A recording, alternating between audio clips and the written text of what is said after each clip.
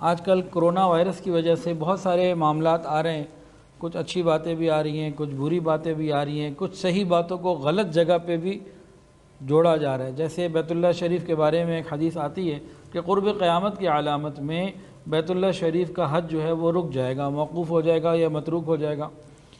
اب وہ حدیث صحیح ہے، لیکن وہ اس زمانے کے لیے ہے جب یاجوج ماجوج آ چکے ہوں گے، فتنہ فساد ہوگا، وہ معاملہ اور ہے۔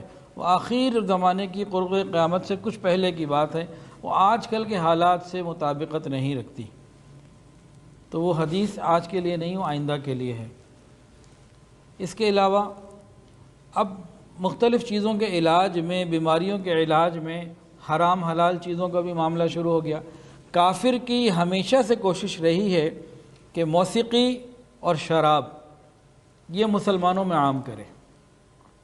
کافر سب کچھ چھوڑ سکتا ہے، جوا چھوڑ سکتا ہے، سود چھوڑ سکتا ہے، جھوٹ چھوڑ سکتا ہے، سب کچھ چھوڑ سکتا ہے، یہ دو چیزیں وہ کبھی نہیں چھوڑ سکتا، ایک موسیقی اور ایک شراب، کبھی نہیں چھوڑ سکتا۔ اس کی چاہت یہ ہے کہ مسلمان بھی اس میں مبتلا ہو جائیں، اور وہ تقریباً اپنی اس چاہت میں بہت زیادہ کامیاب ہو چکا۔ اب بہت ساری چیزیں علاج کے لیے آتی ہیں، اس میں جناب الکوہل کے معاملات آتے ہیں، تو حضرت مولانا اشرف علی تھانوی رحمۃ اللہ علیہ فرماتے ہیں کہ نجس اور ناپاک چیزوں سے کبھی بھی انسان کو صحت نہیں ملتی۔ صحت اللہ کا انعام ہے، اور اللہ کا انعام پاکیزہ ہوتا ہے، حلال ہوا کرتا ہے۔ تو صحت کے حصول کے لیے حرام چیزوں کا استعمال، فرماتے ہیں کہ وقتی طور پر تو ضرور ایسا ہے کہ آپ کو کچھ نفع محسوس ہو جائے یا اس کا نقصان نظر نہ آئے، لیکن اس کے جو سائیڈ ایفیکٹس ہیں وہ بہرحال نقصان ہی کے ذریعہ بنتے ہیں۔ اگر کسی ایک چیز میں وقتی فائدہ مل بھی جائے تو اس کے سائیڈ ایفیکٹس دوسری چیزوں کو متاثر کرتے ہیں۔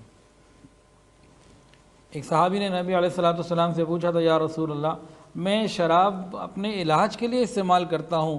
فرمایا کہ اب یہ علاج نہیں رہا، اب یہ شفا نہیں رہی، اب یہ خود بیماری بن گئی۔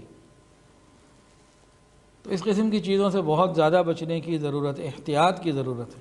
جتنی بھی حرام چیزیں ہیں جو واقعی حرام ہیں، جن کا معلوم ہو کہ یہ حرام ہے، ان سے علاج کرنا وقتی طور پہ ہو سکتا ہے کہیں کوئی فائدہ ہو، اور وقتی طور پر ممکن ہے کہ اس کا نقصان ظاہر نہ ہو، لیکن اس کے سائیڈ ایفیکٹس اتنے ہیں کہیں نہ کہیں وہ آخر میں ظاہر ہوتے ہیں۔